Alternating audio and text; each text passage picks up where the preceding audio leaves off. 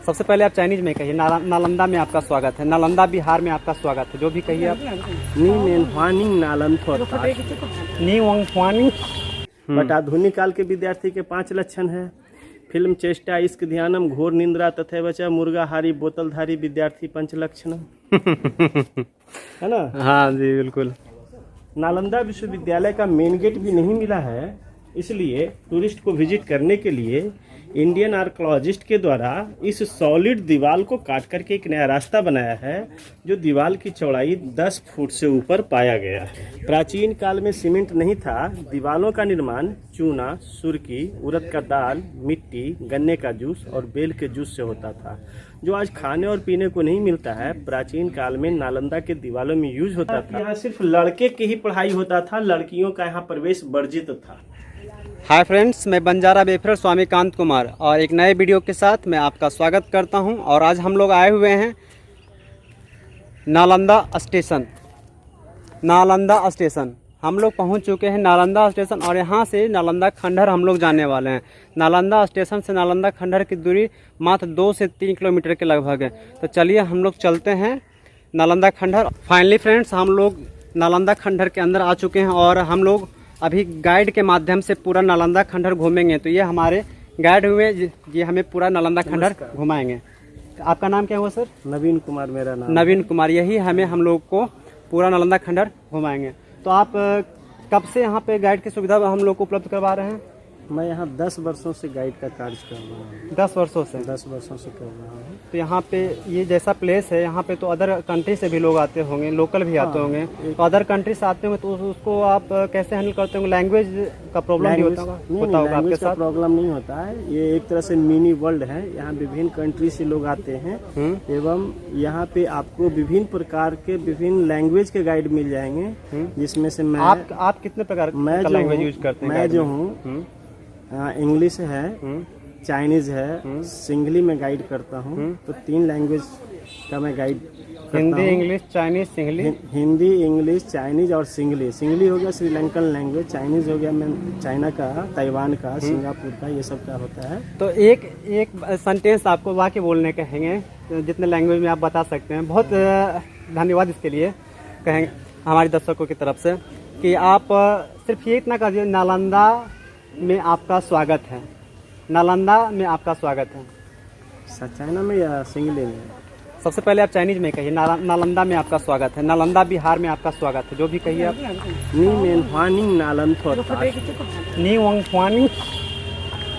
Main means आप लोगों का। नी मेन ह्वान इंग नालंथो तासवे। नालंदा विश्वविद्यालय में आप लोगों का स्वागत है। ये हुआ चाइनीज में। चाइनीज और अदर लैंग्वेज? सिंगली में मैं ओको में नालंदा महाविद्यालय। हाँ, ये मैं आप लोगों का नालंदा में स्वागत है। मैं ओको में नालंदा महाविद्यालय स्वागत जो है संस्कृत है और सिंगली भी है, दोनों। सिंगली हो गया, चाइनीज हो गया और इंग्लिश तो जनरल यूज हो गया। Welcome to Nalanda. हिंदी में तो जिससे हम लोग बात कर ही रहे हैं। और अदर लैंग्वेज जापानीज है। Japanese guide? तो जापानीज मुझे उतना नहीं आता है। अभी हम लोग थे गाइड के साथ और हम लोग अब चलने वाले हैं गाइड के साथ और ये हमें पूरा घुमाएंगे नालंदा खंडहर। तो चलिए हम लोग इनके साथ चलते हैं। अब नालंदा यूनिवर्सिटी, नालंदा शब्द क्यों पड़ा यहाँ पे, इसकी सबसे बड़ी खासियत है क्योंकि नालंदा है जो संस्कृत भाषा है, पाली भाषा है और इसका संधि विच्छेद करते हैं तो यह 2 शब्दों से मिलकर के बना है।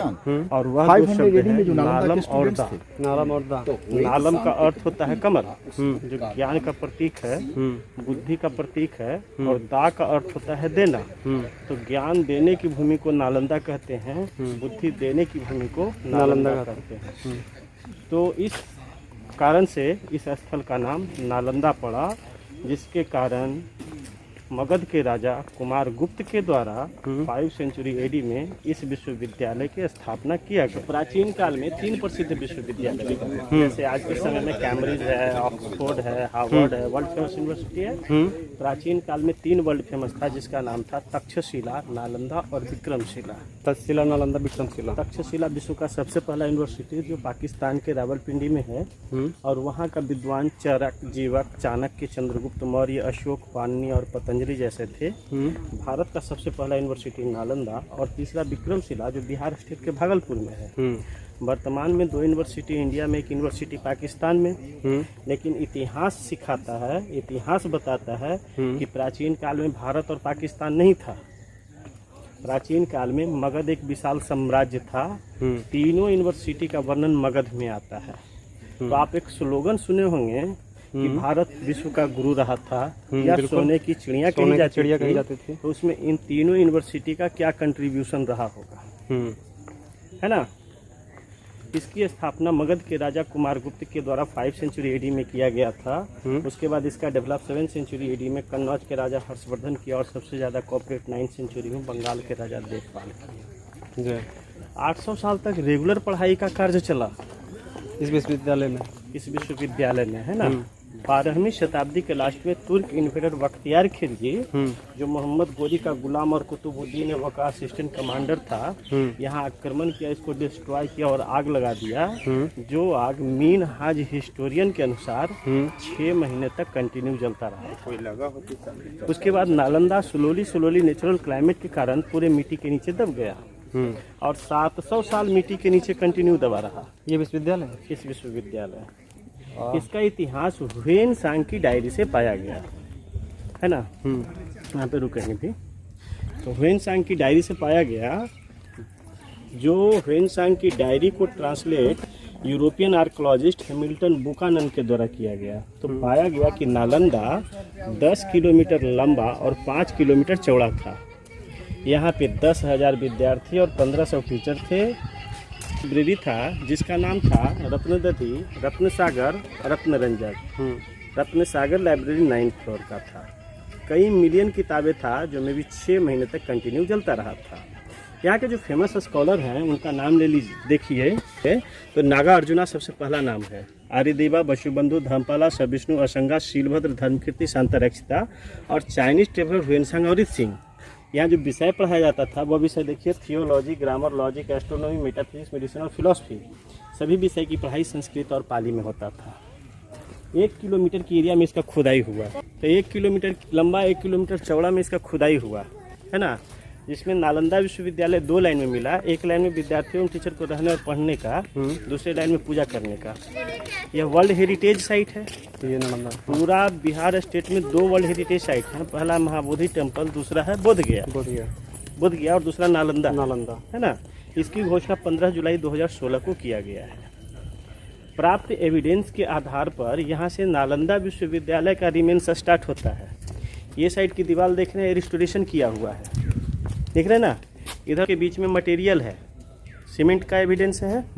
इधर देख रहे हैं दीवार ओरिजिनल है, इधर विदाउट सीमेंट है।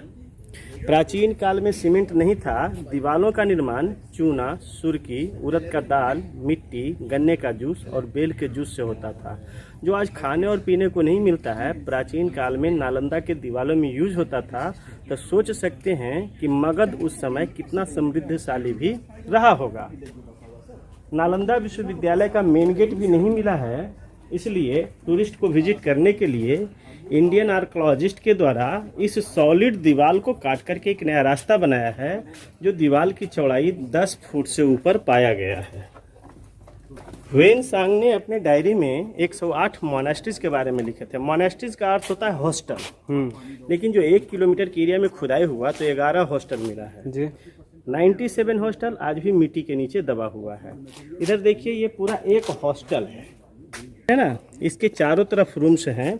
एक विद्यार्थी के लिए एक रूम्स हुआ करता था।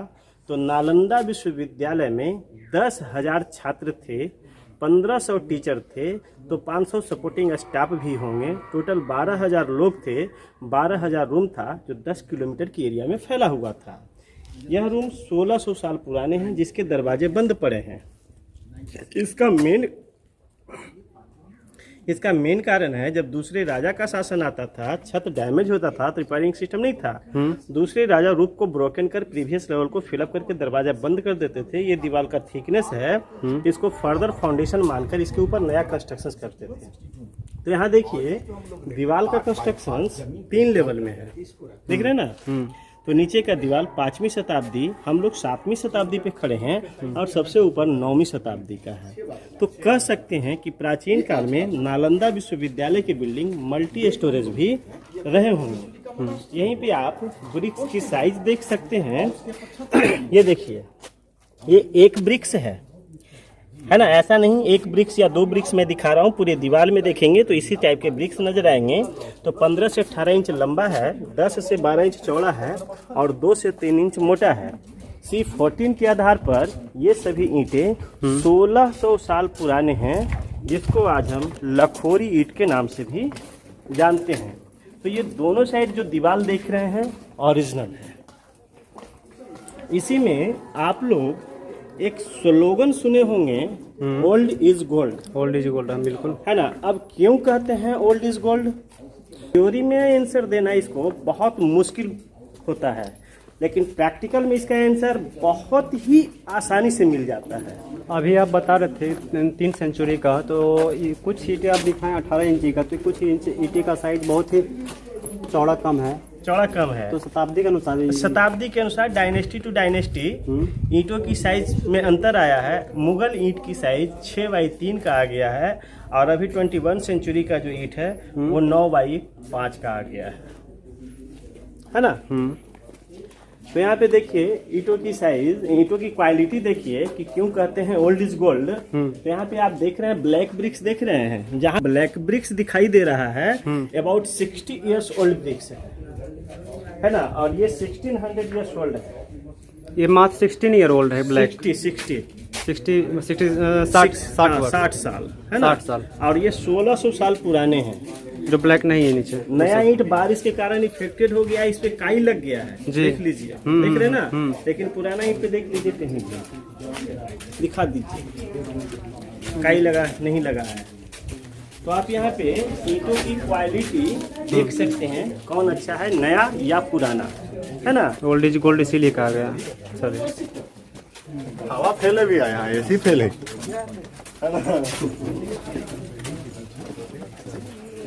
वो देखिए नालंदा का मेन पार्ट है। वेबसाइट खोलेंगे तो आपको वही फोटो आएगा, बुक्स पढ़ेंगे तो वही फोटो आएगा, उसका एक्सप्लेन वहाँ पे चल के करेंगे। आज वो वर्ल्ड फेमस क्यों है, नालंदा का लैंडमार्क क्यों है। कहीं भी बुक में भी देखते हैं तो उसी का इमेज नजर आता है, फोटो, है ना। उससे पहले देखिए इधर प्लेटफॉर्म देख रहे हैं, इधर भी प्लेटफॉर्म है और इधर भी प्लेटफॉर्म है। ये सारा मेडिटेशन प्लेस है, ध्यान करने का स्थान है। चूँकि इतिहास बताता है कि प्राचीन काल में जितने भी सोशल रिफॉर्मर थे, सभी को ज्ञान की प्राप्ति मेडिटेशन। ये 10% का लेआउट है, ओनली 10%, जो ब्रिटिश आर्कोलॉजिस्ट के द्वारा खुदाई किया गया 1915 ईस्वी से लेकर के 1937 ईस्वी तक, और सेकेंड फेज में इंडियन आर्कोलॉजिस्ट के द्वारा 1974 से लेकर के 82 ईस्वी तक जो भी मिला इसमें ड्राइंग किया हुआ है। पूरा एरिया मिट्टी के नीचे ढका हुआ था। चलिए, क्या मिट्टी से ढका हुआ? पूरा मिट्टी के नीचे ढका सुनिए हुआ सर, आपको तो खुदाई के पहले वैसा था। खुदाई हुआ तो 2 लाइन में मिला, ये पूरा लाइन पढ़ने की जगह देख रहे हैं, और ये पूरा लाइन पूजा करने की जगह। ये पूरा लाइन इस लाइन में है, और ये पूरा लाइन इस लाइन में है। यहाँ आप देखिए छोटे छोटे सेल्स देख रहे हैं, ये रूम्स हो गया। हाँ, ये रूम्स हो गया, यू हैव सीन ऑलरेडी। ये चारों तरफ पैसेज हो गए, ये लेक्चर हॉल है, ये लेक्चर सीट है, और ये लेक्चर रूम है। सारा मोनेस्ट्रीज का कंस्ट्रक्शन नियरली सिमिलर है। चूँकि नालंदा विश्वविद्यालय में छात्र और शिक्षक एक साथ रहते थे, इसलिए इसे गुरुकुल भी कहा गया है। सेकेंड लाइन में 3 बड़े मंदिर हैं जिसको चैत्य कहते हैं, और इसकी उत्पत्ति संस्कृत से हुआ है। चूँकि कहते हैं सभी भाषाओं की जननी संस्कृत है, it's a mother of all languages. तो संस्कृत में चित्त धातु है, चित्त शब्द है ना, और चित्त मन, चित्त का अर्थ होता है मन, और मन होता है वो काफ़ी एक्टिव होता है। इसको कंट्रोल करने के लिए चिंतन करते हैं, और जहाँ पे बैठ करके चिंतन करते हैं उसी को चैत्य कहते हैं, मंदिर कहते हैं, मस्जिद कहते हैं, चर्च कहते हैं, गुरुद्वारा कहते हैं, ये सारा चीज़ कहते हैं। तो ये चैत्य उधर सामने का जो मिट्टी का टीला है, दूसरा पेड़ के पीछे है सर, है ना, और तीसरा सबसे लास्ट में आपको दिखाई दे रहा है, हाँ कोने में है। ये नालंदा का मेन पार्ट है जिसको स्तूप कहते हैं, वो सामने है। ये मेन पार्ट है ना, वो सामने है, स्तूप वहीं पे स्तूप है। अभी आप यहाँ पे हैं, यहाँ से इंटर हुए थे, इस प्रोसेस को आपने देखा है ना। यहाँ पे ईंटों की साइज देखे, मेडिटेशन प्लेस देखे। यहाँ चलते इस मोनास्ट्रीज को देखते हैं, जो मोनास्ट्रीज का निर्माण सुमात्रा के राजा के द्वारा किया गया था। इंडोनेशिया जो जावा सुमात्रा इंडोनेशिया का आइलैंड है, तो यहाँ प्रमाणित होता है कि डिफरेंट कंट्री के राजाओं का कंट्रीब्यूशन था एवं डिफरेंट कंट्री से विद्यार्थी एवं टीचर पढ़ने एवं पढ़ाने के लिए आते थे। यहीं पे लॉट ऑफ थिंग्स देखेंगे, जले हुए दीवार, चारों तरफ रूम, पढ़ाई करने का स्थान, teacher desk, drainage, store room और इंडियन टेक्नोलॉजी देखेंगे। उसके बाद इस प्रोसेस को देखेंगे, उसके बाद कंस्ट्रक्शन नियरली सिमिलर। जला हुआ दीवार देखेंगे, चारों तरफ एयर कंडीशन रूम, पढ़ाई करने का स्थान, drainage, teacher desk, store room, well और इंडियन टेक्नोलॉजी। ये जो देख रहे हैं ये एक मोनास्ट्रीज का मेन गेट हो गया। ये हाँ, एक मोनास्ट्रीज का मेन गेट है। ये स्टोन्स जो देख रहे हैं ये पिलर होता था जिसके ऊपर छतें होती थी।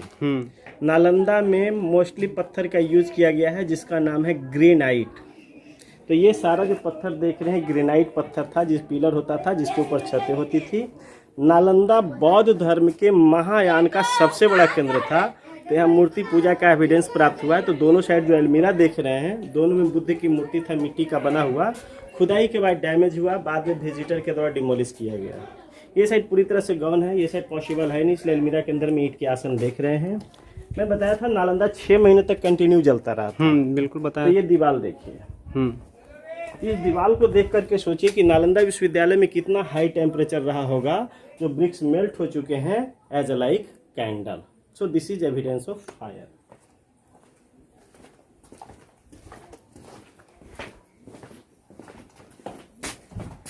ये क्या है सर, थोड़ा इसके बारे में बताइए। कंक्रीट मेन गेट के अंदर में हम लोग प्रवेश कर रहे हैं और ये मेन गेट के पास इंडियन आर्कियोलॉजिस्ट के द्वारा चूना सूर की कंक्रीट का दीवार ये पाया गया है।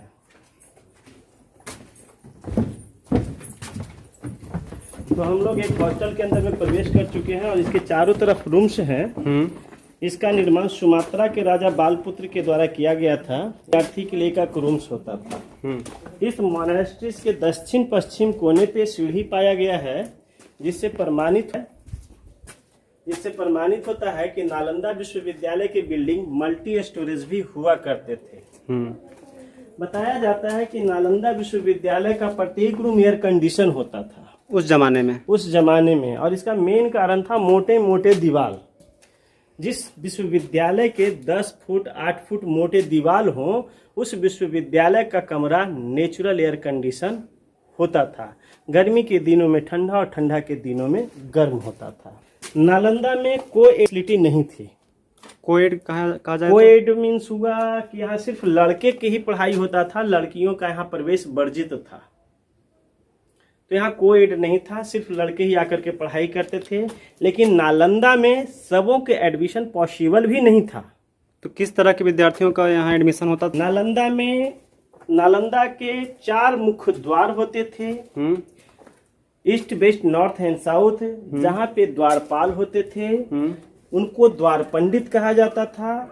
जो भी विद्यार्थी यहाँ एडमिशन के लिए आते थे उनके साथ ओरल इंटरव्यू होता था, अर्थात मौखिक परीक्षाएं होती थी। द्वारपाल क्वेश्चंस करते थे, जो उनका आंसर देते थे उन्हीं के यहाँ एडमिशन होती थी। जो नहीं देते थे वो द्वारपुर से लौट जाते थे। और बताया जाता है कि लगभग 80% विद्यार्थी यहाँ फेल हो जाते थे, 20% विद्यार्थी ही यहाँ पास होते थे। तो सोच सकते हैं कि जिस विश्वविद्यालय का द्वारपाल ही इतना स्कॉलर हो, उस विश्वविद्यालय के टीचर कितना स्कॉलर होगा जी, है ना। ये हम लोग किधर जा रहे हैं अभी आ रहे हैं लेक्चर हॉल में, जहाँ पढ़ाई का कार्य होता था। ये जो पूरा आंगन देख रहे हैं, कोर्टयार्ड देख रहे हैं, ये पूरा लेक्चर हॉल था जो पूर्णतः ओपन होता था। इसके ऊपर कोई छतें नहीं होती थी। समर विंटर रेनी, पढ़ाई का समय सीमा नहीं था। आफ्टर सनराइज बिफोर सनसेट, सोच सकते हैं गर्मी के दिनों में खुले में पढ़ाई करना, ठंडे के दिनों में खुले में पढ़ाई करना, वर्षा के दिनों में खुले में पढ़ाई करना। लिविंग या लिविंग स्टैंडर्ड कितना डिफिकल्ट होगा कल्पना कर सकते हैं। तो आप बता रहे थे कि 1000 स्टूडेंट से एबव इस विद्यार्थी यहाँ पे थे, तो 10,000 10,000 विद्यार्थी थे, 10,000 विद्यार्थी, 1500 टीचर थे, 1500 टीचर, 7 विद्यार्थी पे एक टीचर का रेशियो था, है ना। ये प्लेटफॉर्म देख रहे हैं ना, कौन सा? ये प्लेटफॉर्म, ये पूरा प्लेटफॉर्म जो देख रहे हैं, ये टीचर बैठने की जगह हो गई। यहाँ गुरुजी बैठते थे, नीचे विद्यार्थी बैठते थे। उस समय राइटिंग सिस्टम नहीं था, फेमस नहीं था राइटिंग सिस्टम, चूंकि यहाँ ब्लैक बोर्ड का भी एविडेंस प्राप्त नहीं हुआ है। तो पढ़ाई कैसे करते थे? तो श्रुति के माध्यम से सुन करके पढ़ना, अर्थात ग्रुप डिस्कशंस करना। जैसे आज के समय में कंपटीशन के लोग तैयारी करते हैं तो ग्रुप डिस्कशंस करते हैं ना, क्यूज वगैरह करते हैं ना, तो यहाँ भी श्रुति के माध्यम से पढ़ाई का कार्य होता था। अर्थात नालंदा में प्रैक्टिकल नॉलेज था, थ्योरी नहीं थी। आज के समय में थ्योरी है, प्रैक्टिकल नथिंग है। अब नालंदा का मोड ऑफ लिविंग स्टैंडर्ड बहुत टिपिकल था, तो जो भी यहाँ विद्यार्थी पढ़ते थे तो विद्यार्थी का रूल्स होता था, और वह रूल्स आप लोग भी सुने होंगे, काग चेष्टा बको ध्यानम अल्पहारी तथैव च श्वान निंद्र गृह त्यागी विद्यार्थी पंचलक्षण। जो भी फॉलो किए फेमस हुए, वर्ल्ड फेमस हुए, है ना। तो ये तो प्राचीन काल के विद्यार्थी के 5 लक्षण थे, बट आधुनिक काल के विद्यार्थी के 5 लक्षण है। फिल्म चेष्टा इश्क ध्यानम घोर निंद्रा तथैव च मुर्गाहारी बोतलधारी विद्यार्थी पंचलक्षण, है ना। हाँ जी बिल्कुल। उधर देखिए ड्रेनेज है, नजदीक से जाकर के ले लीजिएगा, है ना। वो ड्रेनेज है जहाँ से आज भी पूरे बारिश का पानी निकलता है। आज भी बारिश का पानी कहाँ जाता है ये पता नहीं है। मतलब बारिश का पानी ड्रेनेज से कहाँ जाता अभी तक पता नहीं है। नहीं पता है, तो कह सकते हैं कि उस समय यहाँ वाटर हार्वेस्टिंग की फैसिलिटी रही होगी। लोग वाटर को प्रिजर्व करते थे, जैसा ड्रेनेज का इम्पोर्टेंट इंडस वैली सिविलाइजेशन में आता है, आज से 5000 साल पुरानी। तो आप यहाँ भी ड्रेनेज का इम्पोर्टेंस देख सकते हैं।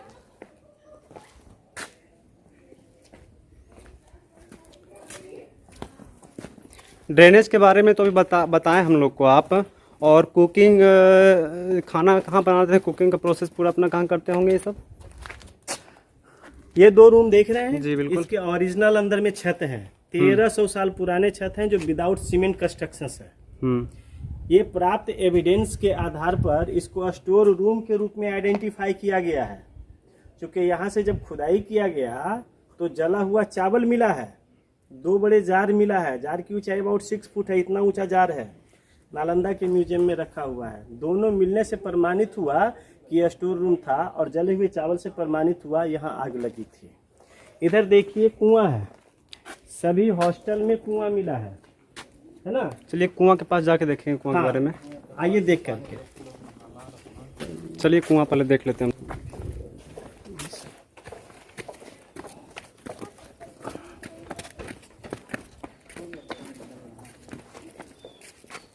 ये जो देख रहे हैं इधर कुआं है, सभी हॉस्टल में कुआं मिला है, और ज़्यादा कुआं उत्तर पश्चिम कोने पे। तो जो नालंदा विश्वविद्यालय का कंस्ट्रक्शंस देख रहे हैं ईस्ट टू वेस्ट है, और जितना भी मेन गेट है सभी वेस्ट की तरफ ओपन हुआ है। और इस विश्वविद्यालय के अंदर में दक्षिण पश्चिम कोने पे आपने सीढ़ी देखा, जिससे प्रमाणित हुआ कि मल्टी स्टोरेज बिल्डिंग था। उत्तर पूर्व के कोने पे आपने ड्रेनेज देखा, और उत्तर पश्चिम कोने पे आपने वेल देख रहे हैं। इससे यहाँ ये प्रमाणित होता है कि इसका कंस्ट्रक्शन वास्तु के आधार पर किया गया होगा।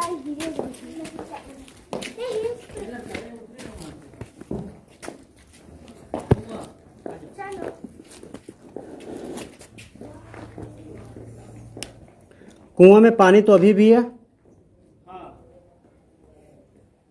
तो क्या इस कुआं का पानी सूखता भी है क्या? अभी तो पानी इसमें नजर आ रहा है। वाटर लेवल ऊंचा हो गया है ना। तो इस कुआं की ईंटें के बारे में बताइए, क्योंकि यहाँ कुछ ईंटें इसमें ऊपर में छोटी है, कुछ ईंटें आप जितना लंबा बता रहे थे 18 इंच की, कुछ ईंटें 18 इंच की। आप डायनेस्टी की नीचे की ईंटें हैं, वो 15 से 18 इंच लंबा है। हर्षा डायनेस्टी का उससे छोटा है, और ये पाल डायनेस्टी की ईंटें हैं। ये स्टोर रूम है, और ये स्टोर रूम के छत का कंस्ट्रक्शन आप देख रहे हैं किस तरह से स्टोर रूम में अभी भी बना हुआ है। और छत जो बिना सीमेंट बालू से बना हुआ है।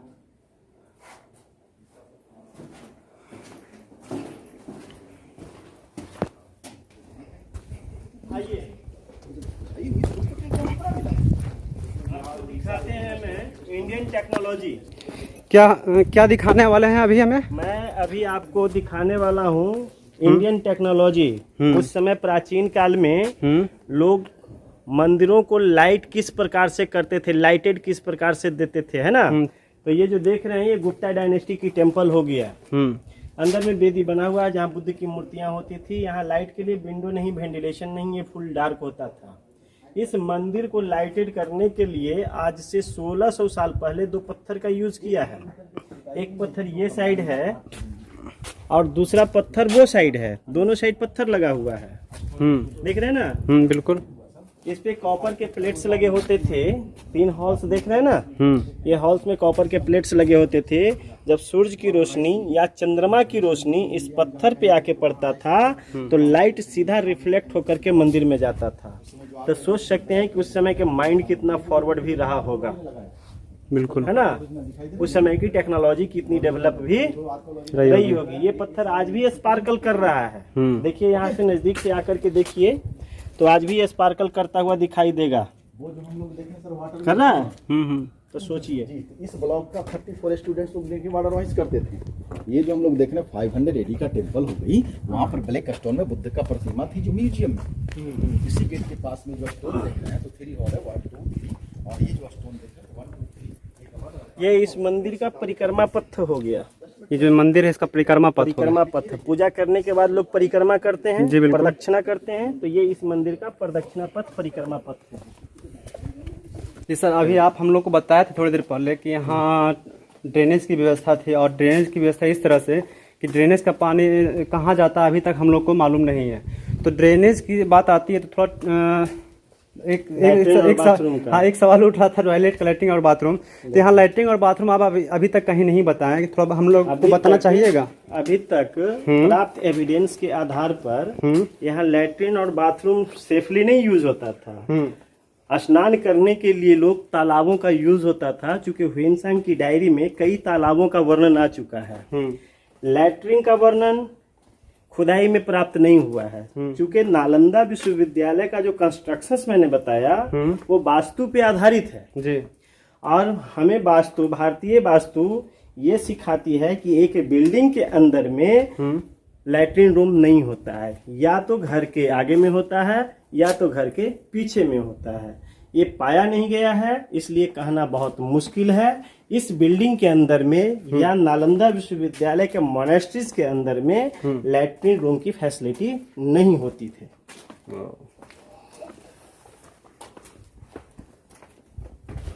अभी हम लोग कहाँ चल रहे हैं? चल रहे हैं मेन पार्ट की तरफ। और ये सब क्या है, इसके बारे क्या बताएं इसके बारे में? रूम्स है ये। तो रूम्स में ये होल दिख रहा है थोड़ा दोनों साइड। ड्रेनेज है, नया है, वो इंडियन आर्कियोलॉजिस्ट के रेन वाटर के लिए बनाया है। इसका कोई इम्पोर्टेंट नहीं है, नया बनाया हुआ ये सब है। हाँ तो बारिश का पानी निकलना चाहिए ना। चलिए बिल्कुल सही। देखिए मैं वही बताऊंगा जो लॉजिकल, ऑथेंटिक और लॉजिकल। लॉजिकल मैं नहीं बताता हूँ, तो ऑथेंटिक सिर्फ लॉजिक तो मिला देना है। हाँ, कुछ बता दिए उसको मिला दिए, वो लॉजिकल हो गया। लेकिन जो ऑथेंटिक है वो ऑथेंटिक है। अगर सही मायने में कहा जाए तो हजारों साल के इतिहास को आप घंटों में किसी टूरिस्ट गाइड या खुद से घूमकर नहीं समझ सकते हैं। क्योंकि हजारों साल के इतिहास में कितना परिवर्तन हुआ होगा, कितना ये समय देखा होगा, उतना समय को आप घंटों में परख ले, समझ जाएं, ये संभव नहीं है। इस वीडियो के दूसरी कड़ी में आपसे फिर मुलाकात होगी। तब तक के लिए दीजिए इजाज़त। Thank you for watching.